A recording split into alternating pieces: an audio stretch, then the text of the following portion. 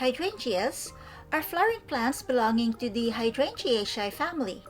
They are known for their large, showy blooms and are popular ornamental plants in gardens and landscapes. This includes a diverse range of species and cultivars, resulting in numerous varieties with different characteristics. It's challenging to provide an exact number because new varieties are continually being developed through breeding programs and hybridization. One interesting feature of hydrangeas is that the flower color can be influenced by the soil pH. Acidic soils tend to produce blue flowers, while alkaline soils result in pink or purple flowers. White varieties are generally unaffected by soil pH. Pruning is crucial to managing and improving the flowers. Certain varieties bloom on new growth, so they need trimming in early spring, while others bloom on older branches, so it's best to prune them after they finish flowering. Hydrangeas are valued for their versatility, adaptability, and the striking beauty of their blooms. Besides being pretty to look at, hydrangeas also carry cultural meaning in different parts of the world. In Japan, for instance, they symbolize gratitude, understanding, and enlightenment. The hydrangea genus includes a diverse group of species, and some of the most common ones are Hydrangea macrophylla, Hydrangea arborescens, Hydrangea paniculata, and Hydrangea quercifolia.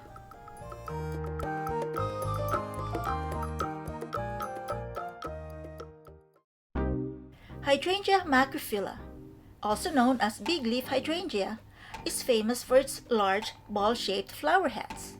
Its leaves are usually big, shiny, and have teeth around the edges, which is why it's called macrophylla, meaning large-leaved. This plant is a deciduous shrub that grows in a rounded, bushy way, reaching heights of 3 to 6 feet, depending on the type. It blooms from early summer to fall, and its showy flower heads are made up of clusters of smaller florets, giving them a round or flat look. While most varieties bloom on last year's growth, some newer types of flowers on both old and new wood. The flower color of Hydrangea macrophylla changes with the soil's pH. If the soil is acidic, the flowers turn bluer, and if it's neutral or alkaline, they become pinker. You can tweak the soil acidity by adding aluminum sulfate for more acidity or garden lime for increased alkalinity. White flowers, however, don't really care about the soil's pH. For the best flowers, it's good to go easy on pruning Hydrangea macrophylla. If you trim too much, you might lose some blooms. Once the plants are done flowering, get rid of the old blooms and give them a light trim if necessary. While most macrophylla types can handle zones 5 to 9, there's a variety called Summer Crush from Endless Summer that's tough enough for zone 4. I've got about 3 or 4 of these in zone 3, and with a bit of care, they made it through the winter. I protected their root balls with wood chips or mulch in the fall to get them ready for the winter cold.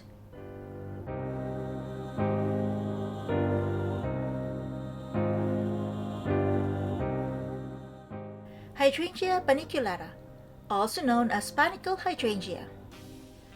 Panicle hydrangea stands out with its cone-shaped flowers and a higher tolerance for sun and heat.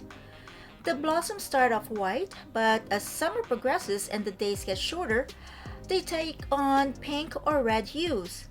These hydrangeas bloom on new wood, meaning they produce flowers on the growth that happens during the current season. You can prune them either in late fall, when the plant is fully dormant, or in early spring as new growth begins. Hydrangea paniculata is tough enough to thrive in zones 3 to 8.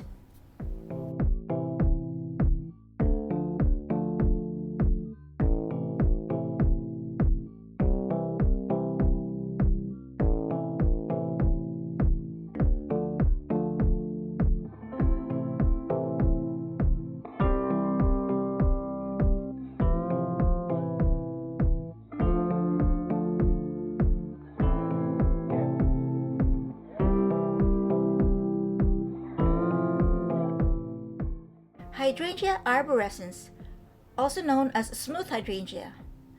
Hydrangea arborescens boasts round clusters of white flowers that make a sophisticated addition to bouquets, whether fresh or dried. This plant is easy to spread thanks to its suckering roots. The flowers start off with a greenish-white tint, then turn pure white, aging into an attractive brown. Newer versions of Hydrangea arborescens, such as Incredible Ruby, Incredible Mini Mauvette, Incredible Spirit, and Incredible Blush, come in various pink shades.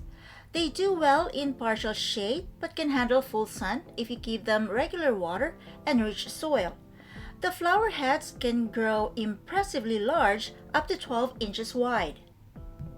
Interestingly, unlike some other hydrangeas, the flower color of Hydrangea arborescens remains the same regardless of the soil's pH. Smooth hydrangea is tough enough to thrive in zones 3 to 9.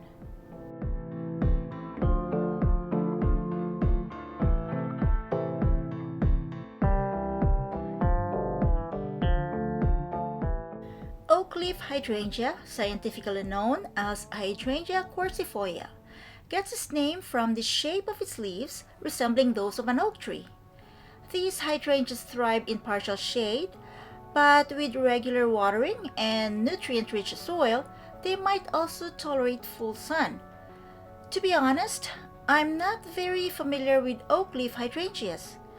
Unfortunately, I couldn't grow them where I live because they're hardy in zones 5 to 9 and I'm in a zone 3 area.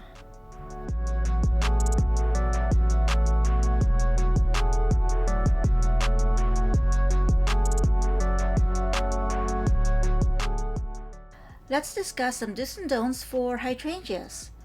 Like all plants, hydrangeas naturally lose water during photosynthesis, and that's completely normal. However, big leaf hydrangeas, with their large leaves, lose quite a bit of water, so it's crucial to replenish this water loss by watering them for the best results. Watering every single day is probably too much unless it's absolutely necessary.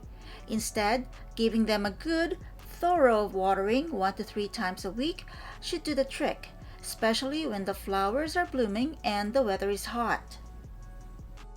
Big leaf hydrangeas can become a bit parched and stressed in heat since their roots are shallow. To give them a helping hand, add a good 2 to 3 inch layer of shredded bark mulch around them. This keeps the moisture in and the roots cool, promoting faster growth and a healthier, happier plant. If you prefer, you can also use pine straw or compost as mulch, but try to steer clear of rock mulches. They hold on to heat, which might work against what you're trying to achieve.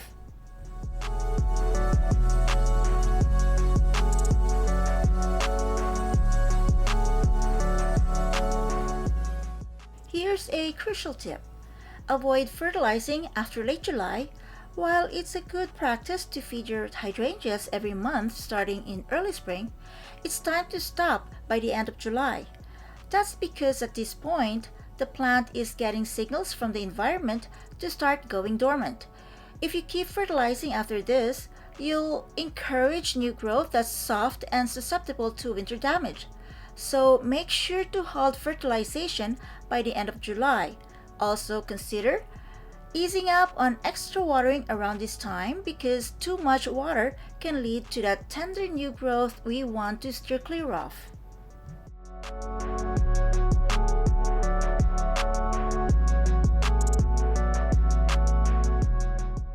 I hope you enjoyed this video. Thank you for watching. Please subscribe, like, and feel free to share this video with your friends. Your comments would be greatly appreciated. Don't forget to click the notification bell to stay updated for new videos. Again, thank you and see you next time.